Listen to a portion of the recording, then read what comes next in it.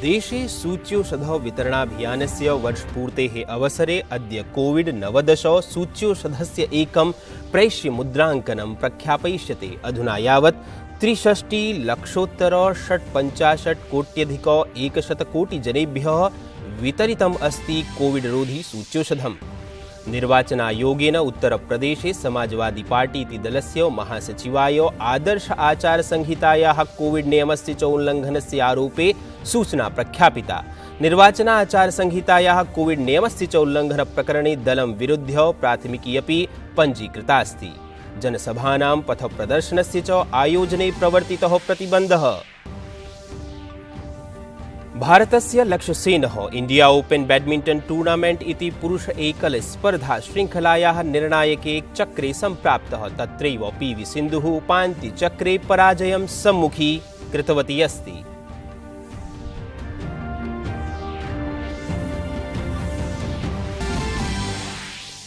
Australian open स्पर्धातः एकदिनपूर्वं द्वितीयवारं निगडीकृतः Novak जोकोविचः अद्य न्यायालयस्य सम्मुखम् उपस्थितः भविष्यति। जोकोविचः ऑस्ट्रेलिया सर्वकारस्य वीजा इति पारगमन अनुमतिपत्रस्य निरस्तीकरणस्य निर्णयं विरुध्य न्यायालये अध्यर्थनां कृतवान् अस्ति। अभिवादये, अहमस्मि सुनीलः जोशी। अत्र भवतां स्वागतम् एतस्मिन् डीडी न्यूज़ वार्ता प्रसारणे। अथ वार्ताः। देशम् अद्य राष्ट्रव्यापी कोविड रोधी सूच्यौषध वितरणाभियानस्य प्रथमवर्षपूर्तिम् आमानयति। विगते वर्षे अस्मिन् एव दिने प्रधानमन्त्री नरेन्द्र मोदी कोविड महामारीं निरस्तुं विश्वस्य बृहत्तमं सूच्यौषध वितरणाभियानं प्रारब्धवान् आसीत्। अवसरे अस्मिन् प्रधानमन्त्री उक्तवान् यत् ऐतिह्ये पूर्वम् एतादृशं व्यापकं सूच्यौषध वितरणाभियानं न केनापि चालितमासीत्। विगते वर्षे जनवरी 16 स्वास्थ्यकर्मिणां सूच्यौषधीकरणेन सह कार्यक्रमस्य अस्य शुभारम्भः जातः आसीत्। अधुना यावत् 60 वर्षतः अधिकायुयुतेभ्यः वरिष्ठजनेभ्यः किशोरेभ्यश्च सुरक्षादृशा 69,सहस्राधिक-240 लक्षतः अधिकानि प्रिकॉशन इति कोविड रोधी सूच्यौषधानि वितरितानि सन्ति। प्रधानमन्त्री श्री नरेन्द्र मोदी स्टार्टअप्स योजनां देशस्य मुख्यस्तम्भत्वेन प्रतिपादितवान्। जनवरी 16 राष्ट्रीय स्टार्टअप दिवसत्वेन परिपालनस्य घोषणा अपि श्रीमोदिना कृता। ह्यः अन्तर्जालीय माध्यमेन स्टार्टअप उद्यमिभिः साकं विहिते संवादे एषः उक्तवान् यत् स्टार्टअप योजनया देशस्य समग्रं स्वरूपम् एव पूर्णतया परिवर्तते। प्रधानमन्त्री उक्तवान् यत् भारते अधुना स्टार्टअप इति योजनायाः स्वर्णयुगम् अस्ति प्रारब्धम्। 2022 का ये वर्ष भारतीय स्टार्टअप इकोसिस्टम के लिए और भी नई संभावनाएं लेकर आया है। स्टार्टअप्स का ये कल्चर देश के दूर दराज तक पहुंचे, इसके लिए 16 जनवरी को अब नेशनल स्टार्टअप डे के रूप में मनाने का फैसला भी किया गया है। श्रीमोदी अवोचत् यत् एतत् दशकं भारतस्य दशकं भविष्यति, यच्च टेकेड इति कथयिष्यते। अथ च एतत् नवीनं वर्षं देशे स्टार्टअप उद्यमिनां कृते भूरि संभावनाः समानयति। इस दशक को भारत का टेकेड कहा जाता है। इस दशक में इनोवेशन, एंटरप्रेन्योरशिप और स्टार्टअप इकोसिस्टम को मजबूत करने के लिए सरकार जो बड़े पैमाने पर बदलाव कर रही है, उसके 3 अहम पहलू हैं। पहला, एंटरप्रेन्योरशिप। एंटरप्रेन्योरशिप को, इनोवेशन को सरकारी प्रक्रियाओं के जाल से, ब्यूरोक्रेटिक साइलोज से मुक्त कराना।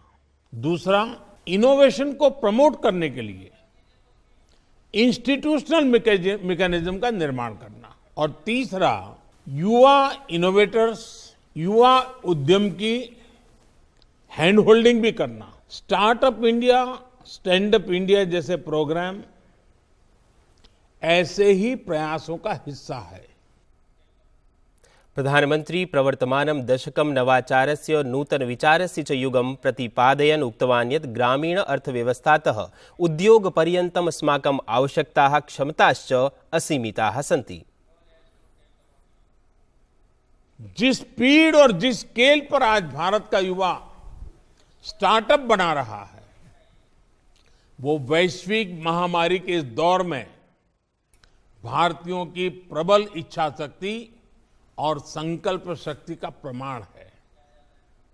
पहले बेहतरीन से बेहतरीन समय में भी इक्का दुक्का कंपनियां ही बड़ी बन पाती थी, लेकिन बीते साल तो 42 यूनिकॉर्न 42 यूनिकॉर्न हमारे देश में बने हैं। हजारों करोड़ रुपए की ये कंपनियां आत्मनिर्भर होते आत्मविश्वासी भारत की पहचान है। आज भारत तेजी से यूनिकॉर्न की सेंचुरी लगाने की तरफ बढ़ रहा है और मैं मानता हूं भारत के स्टार्टअप्स का स्वर्णिम काल तो अब शुरू हो रहा है। श्रीमोदी एतद् अपि उक्तवान् यत् भविष्यकाले प्रौद्योगिक्यां विकासे अनुसन्धाने च निवेशः सर्वकारस्य प्राथमिकता अस्ति। प्रधानमन्त्री देशद्वारा देशाय नवाचारः इति मन्त्रं प्रयच्छन् प्रोक्तवान् यत् भारतस्य स्टार्टअप उद्यमिनः सरलतया आत्मानम् अन्यदेशेषु अपि प्रापयितुं शक्नुवन्ति।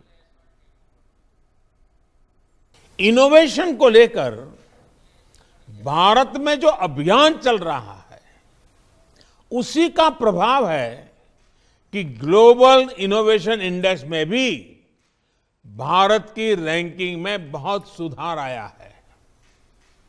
वर्ष 2015 में इस रैंकिंग में भारत 81 नंबर पर रुका पड़ा था। अब इनोवेशन इंडेक्स में भारत 46 नंबर पर है, 50 से नीचे आया है। ध्येयमस्ति यत् अस्य संवादस्य उद्देश्य स्टार्टअप उद्यमिनः नवाचारस्य माध्यमेन देशस्य अपेक्षानाम् आवश्यकतानां च सम्पूरणे कथं योगदानं कर्तुं शक्नुवन्ति इति अस्ति। एषः कार्यक्रमः वाणिज्योद्योग मन्त्रालयस्य उद्योग आन्तरिक व्यापार संवर्धन विकासद्वारा स्वाधीनतायाः अमृत महोत्सवस्य अंगत्वेन आयोजितः आसीत्। एतद् स्टार्टअप इंडिया इति उपक्रमस्य शुभारम्भस्य 6 वर्षपूर्तेः प्रतीकम् अपि अजायत। गणतन्त्रदिवससमारोहस्य कार्यक्रमः साम्प्रतं प्रतिवर्षं जनवरी 24 स्थाने जनवरी 23 प्रारप्स्यते। प्रशासनेन नेताजी सुभाषचन्द्र बोस वर्यस्य जयन्तीदिने अस्य प्रारम्भस्य निर्णयः विहितः अस्ति। सुभाषचन्द्र बोस वर्यस्य जयन्ती समस्ते देशे पराक्रम दिवसस्य रूपेण आयोजयिष्यते।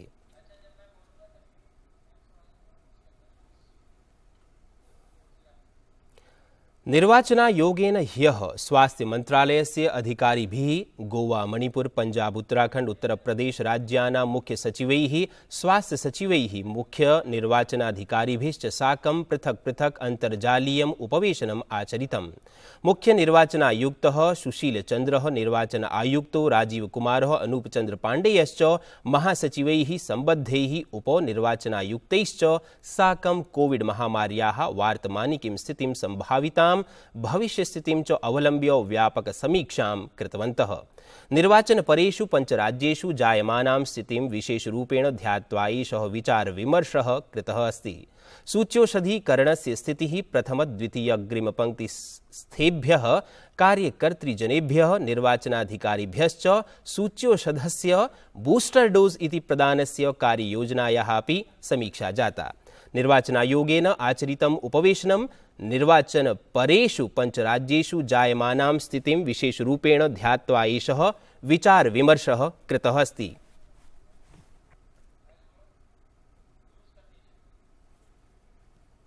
बहुजन समाज पार्टी इति दलेन उत्तरप्रदेश विधानसभा निर्वाचनस्य प्रथमचरणार्थम् 58 आसनानां मध्ये 53 आसनेभ्यः प्रत्याशिनां सूची प्रख्यापिता अस्ति।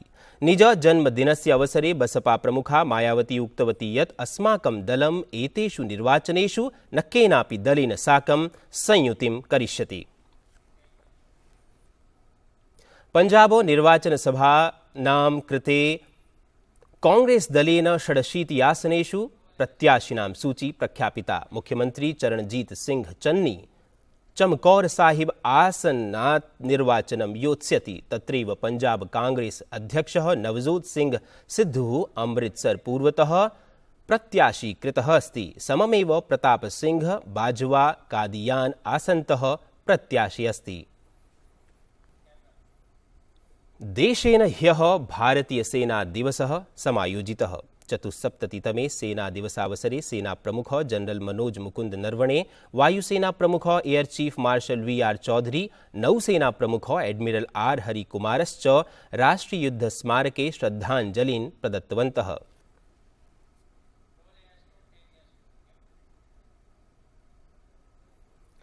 अस्मिन् अवसरे जनरल एम नरवणेः पुरस्कारान् एकांश प्रशस्तिपत्राणि च प्रस्तुतवान्।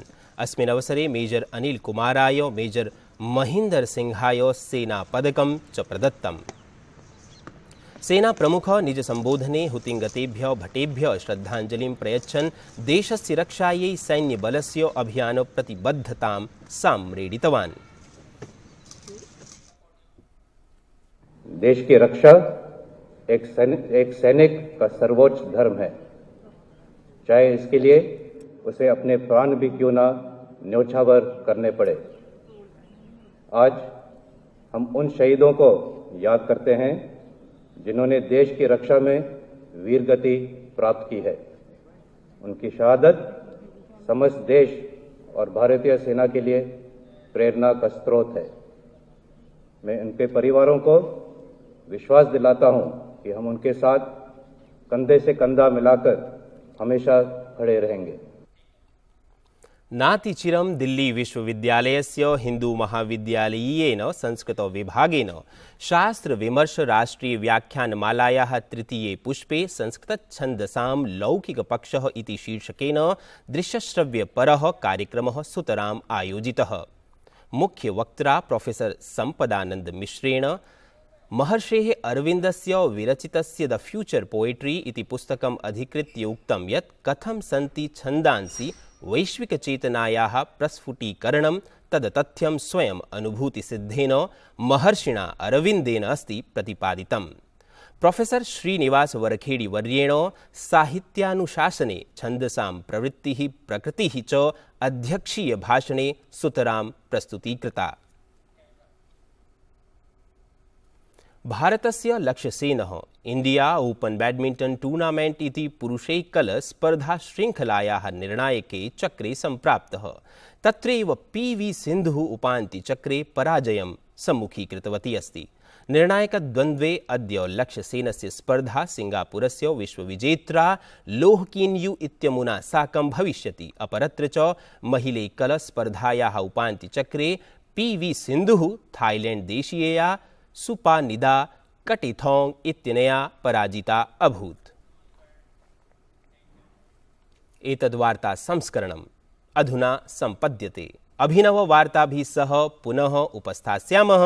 तावत् मङ्गलं भूयात्।